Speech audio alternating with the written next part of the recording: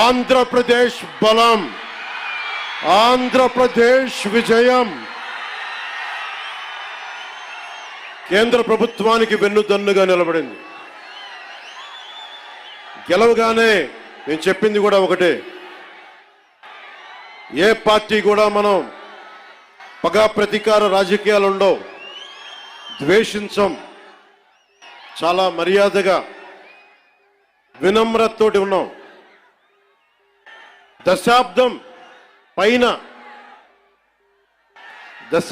పైన నన్ను వ్యక్తిగతంగా తిట్టారు, కించపరిచారు, అవమానం చేశారు. చాలా అవమానాలు పొందాం, పరాభావాలు చెందాం. ఏ రోజు పల్లెత్తు మాటల్లా స్థాయి పెరిగిపోయి ఏ ఏడు కొండల వాడైతే, ఏ కలియుగ దైవం ఆయనకి కూడా అపచారం జరిగితే మెత్తగా ఎందుకు ఊరుకుంటాం, మాట్లాడకుండా ఎందుకుంటాం? ప్రతి ఎలక్షన్ ప్రతిదీ రాజకీయ కోణంలోనే చూస్తామా? అన్ని రాజకీయాలేనా?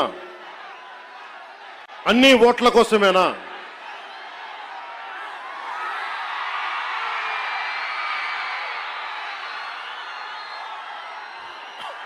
నా జీవితంలో ఇలాంటి రోజు రాకూడదని ప్రార్థన చేశాను. మనస్ఫూర్తిగా చెప్తున్నాను. నా తల్లి పాదాల సాక్షిగా, వెంకటేశ్వరుడి పాదాల సాక్షిగా ఏ రోజు కూడా ఇలా మాట్లాడాల్సిన రోజు అవసరం రాదు అనుకున్నా. కానీ వైసీపీ నాయకులు తెప్పించారు ఈ రోజున. ధర్మో రక్షతి రక్షితః. ధర్మాన్ని నువ్వు రక్షిస్తే ధర్మం నిన్ను రక్షిస్తుంది. దీనినే eminent jurist, legal luminary Nanabhoy Palkhivala గారు చెప్పారు ఒక మాట.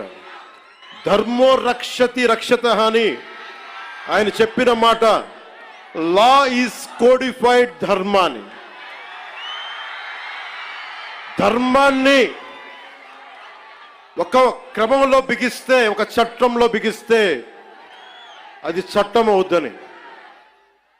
ఈ రోజున నాకు అన్యాయం జరిగింది, నేను బయటికి రాలా. అన్ని ధర్మాలకి గౌరవం ఇచ్చే సనాతన ధర్మానికి ప్రతిరోజు కొన్ని దశాబ్దాలుగా